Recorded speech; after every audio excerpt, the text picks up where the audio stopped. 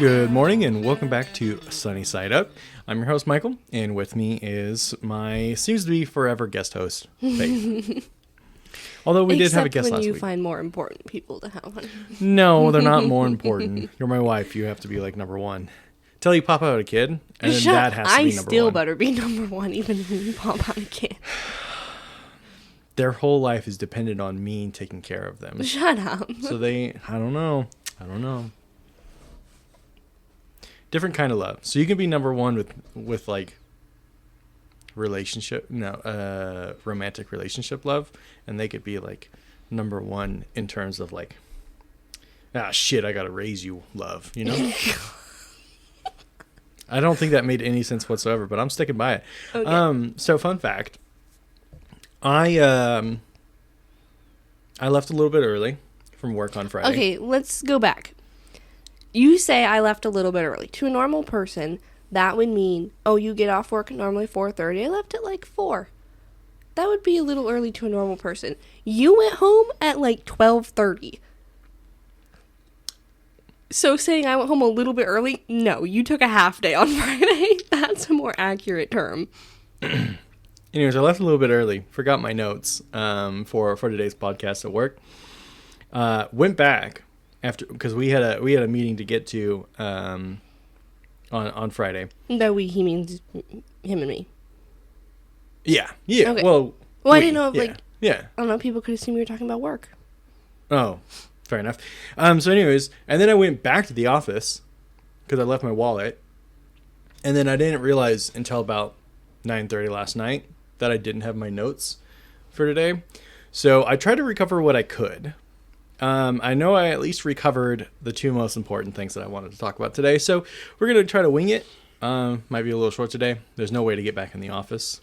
And this first thing I gotta share with you, Faith. Now I'm going to assume you don't, when I say the words SQL server, you don't know what that is. Mm-mm. Okay, so an SQL server, just think of server as a computer. And an SQL server is a dedicated computer for sending, receiving, and storing data. So it takes a lot of usage, right? You know, mm-hmm. a lot of data usage or like internet usage to send and receive all that data. And I work at a tech company, so mm-hmm. our SQL servers are heavy and operating a lot underneath or taking up a lot of our internet, right? So I'm sitting there on Wednesday or Thursday. I'm sitting there at my desk, and the head of IT comes around every day and fist bumps every single person in the office and just says, "What's up?" Dude, he's a dude. What can I say?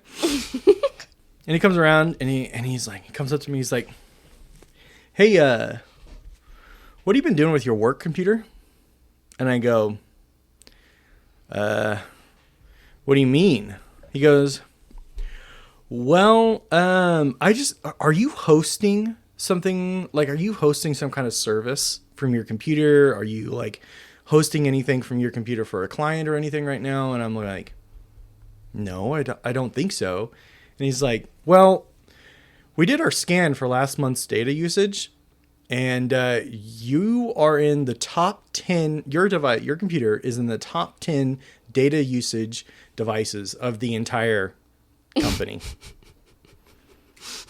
And I was like, "Oh." So he's like, "What are you doing with your computer?" And I went, "I'm playing video games." Jeez. I'm playing video games every lunch break. I'm using Xbox Cloud streaming every... Which, by the way, is your right to do on your lunch break. Well, I am using it on the company laptop. So there's another thing there, right? I did start off on my phone, but I got tired of playing on my phone on my lunch break, so I just started playing on the computer because it's cloud streaming, no big deal. Well, anyways, I am competing with these SQL servers for top data usage in the company. So basically you have to stop playing video games on your computer? No, I don't actually. So I told him that I was streaming video games for my lunch break every day. And he goes, "Oh, okay, cool. I mean, as long as you're not like hosting something you're not supposed to be hosting on your computer, whatever." Oh, nice. So he was like cool with it. I mean, he didn't say that it was okay, but he didn't say I had to stop. And I said I could chill out. And he's like, "No, you're fine, whatever." Yeah. So, Do you think he's going to tell your boss, though? no. Okay. No. Yeah, he just wanted to make sure I wasn't hosting something I wasn't supposed to be hosting, but I am competing with data servers for data usage at our company. You're insane. I shit myself. I definitely thought I was in trouble. Yeah, I was like, bet. oh, I'm probably not supposed to be doing this. Okay. But no, he was chill. Yeah, I think I would have about shit my pants, too. I was very worried. But it worked out for me in the end. So love that for myself. I haven't decided whether or not I am going to chill out on on streaming games. I really don't want to. That's how I like to spend my lunches, is playing games. I get an extra hour to play video games every day. I'm going to take it. Yeah. Yeah. So I just needed to share that little tidbit story with you. I was sweating bullets. I definitely thought I was going to get in trouble. And so, long story short, Xbox, I'm going to blame Xbox for this. Xbox almost got me in trouble. Okay, yeah. All right, Faith. Xbox was what did it. Uh-huh. What are we doing today? We're putting up our tree and all of our other Christmas decorations, and I'm really excited. That's right. It's November 1st, which means it is time for Christmas decorations to go up. I woke up to Christmas music playing, so. Yeah. I started playing the music so that I could start clearing away the area in the living room for Christmas decorations and putting up our tree, and very excited about today. It is November 1st, which means it is time to put up all of our Christmas decorations. Halloween is over. Get that shit out of here. And it's time for the best holiday of the year. Yeah, but Halloween, I feel like we did pretty good on our costumes last night. Yeah, well, many people would beg to disagree. Everyone thought I was lazy and I did not put any effort into my costume. And they didn't think I looked anything like Beast Boy. I disagreed. Yeah, we were Beast Boy and Raven. Mm-hmm. But I think if we weren't together, nobody would have known what I was either. Because the only reason they knew I was Raven is because you told them that you were Beast Boy. So then they saw me and they were like, "Oh, you're Raven then."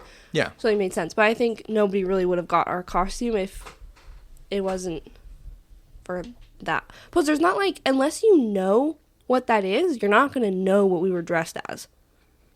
Yeah. Like, all my friends did not know what we were. Well, your friends have Not not nerds. been converted into They're the not nerdy nerds. life like I've converted you. But yeah, I was kind of bummed that no one. First of all, the nerdy guys in the house didn't get it, and I was glad that they didn't think I was Shrek, like one other person did, and they didn't think I was the Hulk. I was most worried about getting confused with the Hulk, but I was like, "What are you talking about?" And they're like, "That's not even the colors that he wears." I'm like, "He wears all black and then a purple shirt." Yeah, it's like, Yeah. like in some pictures it's purple, and in some of them it's like this maroon color. Yeah, well, that's like an older version Yeah. of Beast Boy. But I think we did really good. Like, I had a black skirt on with, because you, like, Raven just wears a purple cape. Like, you can't see what she's wearing. So I just did black tights. Like, my outfit was all black. Black skirt, black shirt, black shoes, and I just had a purple cape on. Mm-hmm. And I did, like, some darker eye makeup. But yeah, the only reason they knew who I was because of, they knew, or he knew who he was. I I was bummed think about it. that we did a really good job on our costume. And I think we picked a really good, I think we picked good characters. Yeah, and this was the first time I dressed up for Halloween since becoming an adult. Fun. Yeah, which made me only more bummed that like nobody got it and everyone thought I was just super lazy. Because I did put in thought. No, we did. And it was like, We yeah. put eyeshadow all over your face, green eyeshadow, because Beast Boy's Bullshit. green. Mhm. So we put eyeshadow all over his face. Again, I think it turned out good. And it was actually a really cheap costume, too, because I only had to buy my skirt, which was like $4, and the cape, which was like $15. But still, Yeah. we had everything for yours. I don't know. I think we killed it. Well, maybe next year we'll do even better. I think. Well, hopefully you're pregnant next Halloween, and we can do Pacha and oh shoot, That was a really good What's her idea. name? Oh my gosh, I don't remember her name, but Emperor's New Groove, Pacha and his wife, Yeah, because that was cute. that's what I want to go with. But we'll see. Mm-hmm. Well, I struggling, and we should have done this last week. But did you have a recommendation for later? I'm telling you now, so you have a few moments to think about it in the background. Yeah, I do. You do? Oh, okay. Way to go. I also have something pretty big in my life starting tomorrow. Faith, do you remember what's starting tomorrow for me? Yes, I do. I do. Wait, Yeah. tomorrow or Monday? Monday. Okay, I was like, wait. For some reason, I had in my head that it was Sunday. Yes, I do. Monday, you start your improv classes. Yeah, something I never thought I would do in my entire life, but I'm starting improv on Monday. I've always been very avoidant of theater kids. Just too strong a personality for me. Which is fair. Yeah. No offense to the theater kids listening, but it's a lot. But I never thought I would do improv, but I've been kind of realizing that in all areas, not just like the stuff I'm making and producing for fun and entertainment and stuff, that could be really improved with some improv classes. But I just thought even work and stuff, being able to employ some improv techniques to be able to like flow with conversation better with clients and other people at work. Because I also really struggle with talking to people that I work with, because I have this like lifetime, you should never ever be friends with your coworkers. They're coworkers, not friends. Which I thought was going to be more common in the world. Like I thought that I wasn't the only one that was raised like believing that, because the media I consumed, you didn't want to be friends with your coworkers because it's a quick trip to HR, right? But this is the first time in my life at a place of employment that I've actually broken this rule, and I've started kind of being friends with people. I haven't gone to external company event, like coworker events. Like there's been parties and stuff that I've been invited to, but we've been out of town for every single one so far. Oh. And even the Friendsgiving one with the D&D group from work, we'll be out of town. We'll be on our honeymoon for that. Oh. So I was like, kind of a bummer. Shucks. But I just thought improv would be able to help me like break through that barrier and talk to coworkers. I think that you're going to be really good at it. We'll see. And I think you're really going to enjoy it. So I'm going to try and find a way to start implementing some improv techniques of just being able to go more off the cuff. And I think one thing I'm really excited about is being able to like continuously hold a conversation without really having to think about it. It just becomes more of a reflex to be able to have conversations, particularly around like entertainment media. So I'm really excited for it. I'm also very nervous. It is a 8-week class every single Monday. And this is kind of like level 1. And this place has levels 1 through 4. And then after 4, they have specialization ones like long form content. And I don't know what they necessarily mean by like long form improv, but I guess I'll find out pretty soon. Yeah. So I'm excited, a little nervous, but I think it'll be really good for me. Like I said, in all areas of life. Really think so too. I also think it's just gonna be good for you to like do something out of the house. Yeah, we've really struggled since coming to Boise. We had or at least I particularly had a rocky start. Very socially speaking, I had a rocky start moving here. It was not as a seamless transition as I had been anticipating for a really long time. And so I haven't really, the only thing that I do outside of work and without you is D&D with some coworkers. And even then, that's still at my place of employment. Yeah, not a different environment. Yeah, so... But I hope that you really enjoy it, that you meet new people, and that you, like, just make some new friends. And, like, maybe one Monday you guys go out for drinks after or something. Ugh. Like, I don't know. I just really hope you have a good time. Yeah. Because I know that when we first started dating or, like, we were together, you said that you didn't want your only friend to be your partner. And I don't know. I've been thinking about that a lot recently, and I just really want you to have other friends. So that's sweet and very sad to hear. I'm just excited for you to like branch out and like go out of your comfort zone. I don't know. I'm excited and proud of you. So no, thanks. But yeah, that starts on Monday, and I'm really looking forward to it, and we'll see how it goes. I probably won't talk about it much until it's like all over, and then we can like kind of reflect on it. Debrief. Yeah, afterwards. The big thing is I'm really nervous about, but it culminates into a big show. I'm so excited. I'm inviting a lot of people to that. Please don't. Please don't. Like my mom and you told me I didn't have to go, but I'm bringing people. because I think it's going to be cool. I hope it's really dark and I can't see anyone. And I just can pretend like no one's actually there. But I don't know. Maybe 8 weeks of training will be good. I only actually have 7 weeks of training because we're going to miss one session with our honeymoon. Which, by the way, we are supposed to have internet on the cruise ship, but I still plan on doing an episode. I did one the morning of the wedding. Unless, I don't know, I haven't talked to you about this. Unless you really don't want me to do a podcast while we're on the honeymoon. Okay. Then we'll probably do one from a cruise ship. It's your birthday. You get to choose too. Is my birthday on that Saturday? I don't know. I was just saying, like, in general, your birthday's on this cruise. So yeah, my birthday's also going to be on the cruise. Yeah. Yeah, so we'll have a cruise episode, which will be fun. But yeah, that's because I left my note, that's about all I really had. Actually, I wanted to revisit the Halloween thing real quick. We had maybe like 6 trick-or-treaters. Oh, did we? I feel like we had a lot more than that. Really? Yeah. Maybe I just didn't notice. I think before we went outside, because we got our new fireplace that Michael's parents so graciously gifted us. It's been really nice.